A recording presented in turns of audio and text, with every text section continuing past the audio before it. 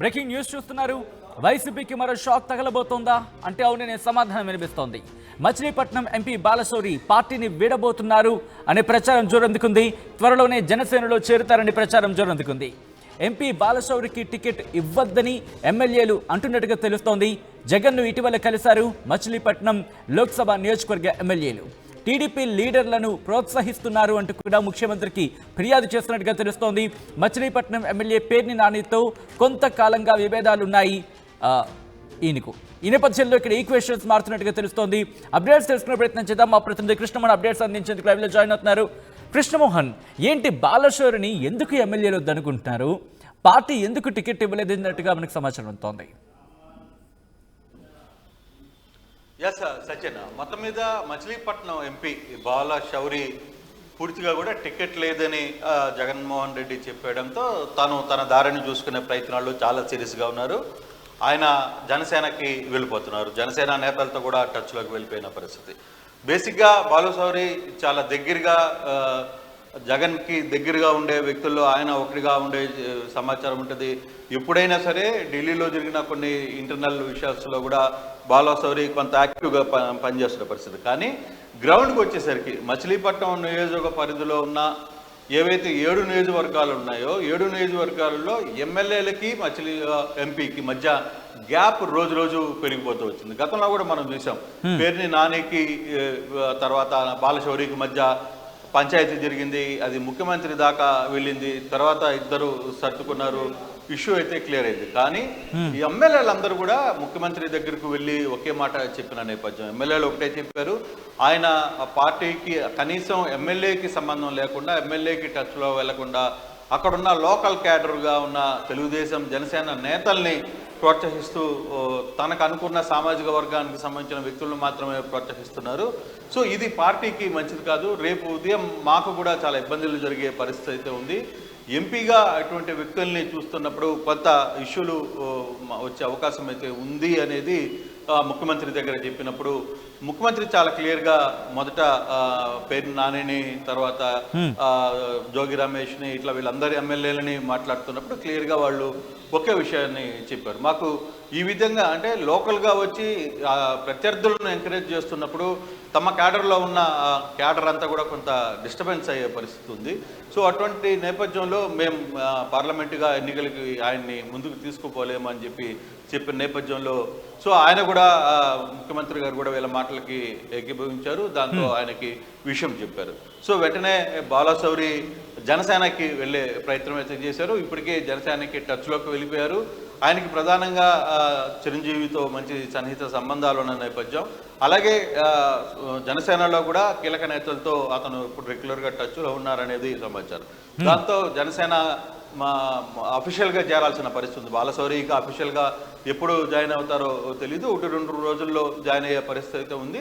Machilipatnam ticket నుంచి జనసేన క్యాండిడేట్గా బాలశౌరి రేపు పోటీలో దిగబోతున్నారు. సో మచిలీపట్నం ఉమ్మడి అభ్యర్థిగా అంటే తెలుగుదేశం జనసేన ఉమ్మడి అభ్యర్థిగా బాలశౌరి రంగంలో దిగే పరిస్థితి అయితే ఉందనేది పక్కా సమాచారం. సో ఇప్పటికే బాలశౌరి ఇటువైపు పార్టీ వైపు లేపు ముఖ్యమంత్రిని కలవడానికి కూడా ఈ మధ్య కాలంలో దూరంగా ఉన్నారు. పార్లమెంట్లో దాదాపుగా చాలా మార్పులు చేర్పులు జరుగుతున్న నేపథ్యంలో ఇది కూడా బాలశౌరి పార్టీని వీడే పరిస్థితి అయితే స్పష్టంగా కనపడుతుంది. ఎప్పుడు వీడుతున్నారు ఏంటి అనేది అఫీషియల్గా మరొక 2-3 రోజుల్లో బయటకు వచ్చే పరిస్థితి అవుతుంది. మొత్తం మీద బాలశౌరి పార్టీని వీడడం మాత్రం ఖాయమైంది. జనసేనకి సంబంధించిన ఎమ్మెల్యేలతో ఆయన జనసేనకి సంబంధించిన నాయకులతో ఆయన టచ్లోకి వెళ్ళిపోయారు. వైసీపీ ఎమ్మెల్యేలు మాకు బాలశౌరి వద్దు బాబు అని చెప్తున్న పరిస్థితి. అయితే ఏంటి పేర్ని నానితో విభేదాలే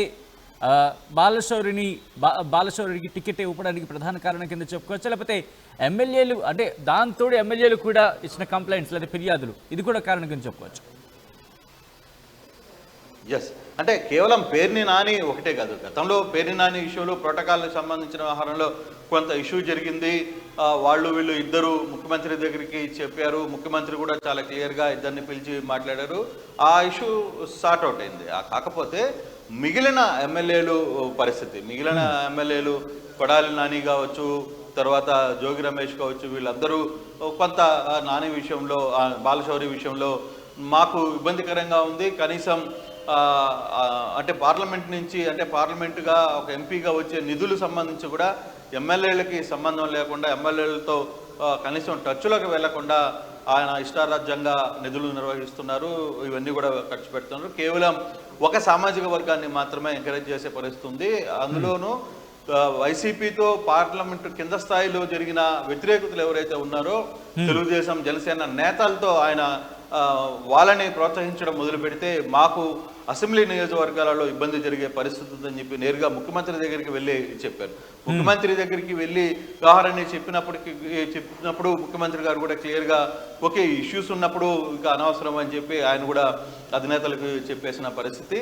అయితే ఇప్పటికీ కొంత ప్రయత్నం అయితే జరిగింది, అంటే సర్దుబాటు చేసే ఒక ప్రయత్నం జరిగినప్పటికీ ముఖ్యమంత్రులు తన పరిధిలో ఉన్న 7 మంది ఎమ్మెల్యేలు ఎవరు కూడా ససేమిరా అనడంతో ఇక కుదరదు అని చెప్పి ముఖ్యమంత్రి స్వయంగా చెప్పినప్పుడు బాలశౌరికి టికెట్ లేదనే విషయాన్ని తెలుస్తోంది. అందుకే బాలశౌరి ఈ పార్టీలో మనం ఉండలేమనుకున్నాడు. మరి ముందు నుంచి కూడా తను ఒక ప్లాన్ ఆఫ్ యాక్షన్తోనే ఈ వ్యవహారాన్ని అంతా నడిపారు అనేది వైసీపీ నుంచి చెప్తున్న పరిస్థితి. కానీ ఏదేమైనా బాలశౌరి మాత్రం పార్టీని విడబోతున్నారు, ఆయన జనసేనలోకి వెళ్ళిపోయారు.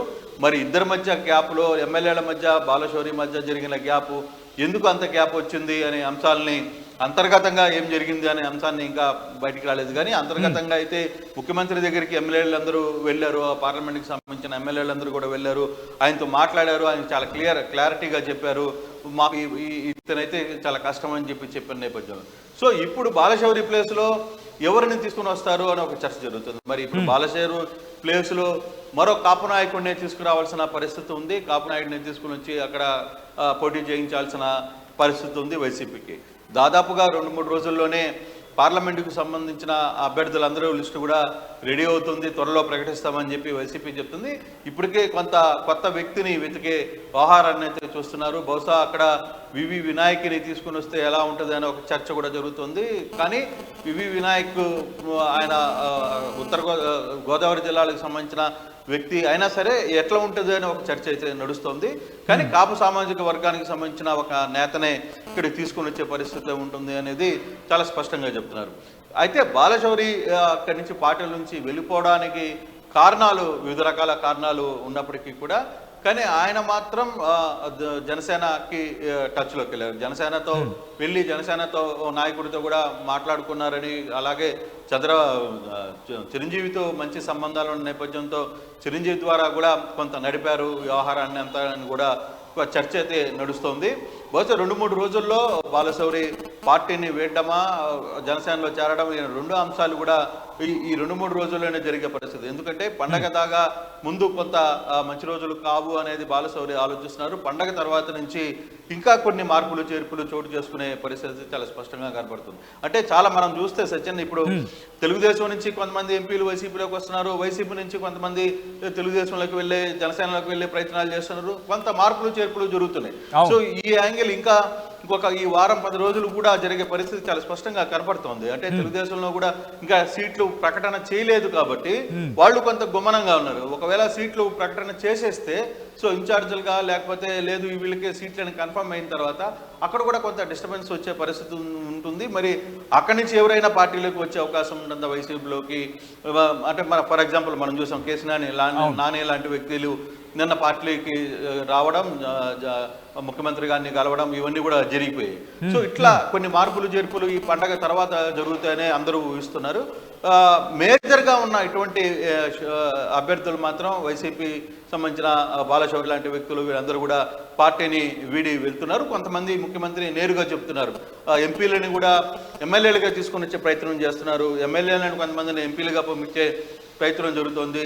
ఇవన్నీ కానీ చూసుకుంటే కొంత మార్పులైతే పెద్ద ఎత్తున పార్లమెంట్ సెక్షన్స్ సంబంధించి కొన్ని పెద్ద ఎత్తున మార్పులు జరిగే పరిస్థితి ఉంటుంది అనేది చాలా క్లారిటీగా మనకు అర్థమవుతుంది సచిన్.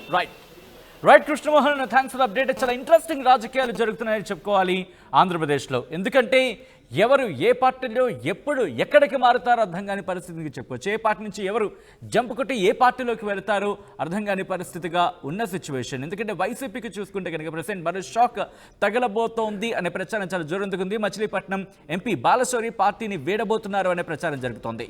త్వరలోనే జనసేనలోకి వెళ్ళబోతున్నారనే ప్రచారం జోరందుకుంది. ఎంపీ బాలశౌరి టికెట్ అంటే ఎంపీ బాలశౌరికి టికెట్ ఇవ్వదని చెప్పి అక్కడ ఎమ్మెల్యేలు చెప్పిన నేపథ్యంలో జగన్ ఇటీవల కలిశారు.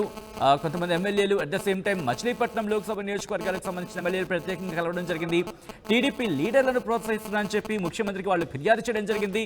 ఈ నేపథ్యంలో మచిలీపట్నం ఎమ్మెల్యే పేర్ని నానితో కూడా కొంతకాలంగా విభేదాలు ఉన్నాయన్న వార్తలు కూడా చాలా విస్తృతంగా వ్యాపించడం కావచ్చు. ప్రచారం కూడా జరగడంతో ముఖ్యమంత్రి నిర్ణయం తీసుకున్నట్టుగా తెలుస్తోంది. సో చూద్దాం బాలశౌరి ఎప్పుడు ఏ పార్టీలోకి చేరబోతున్నారని, జనసేనలోకి చేరబోతున్నట్టుగా తెలుస్తోంది. సో అఫీషియల్ కన్ఫర్మేషన్ అయితే మాత్రం వేచి చూడాల్సింది.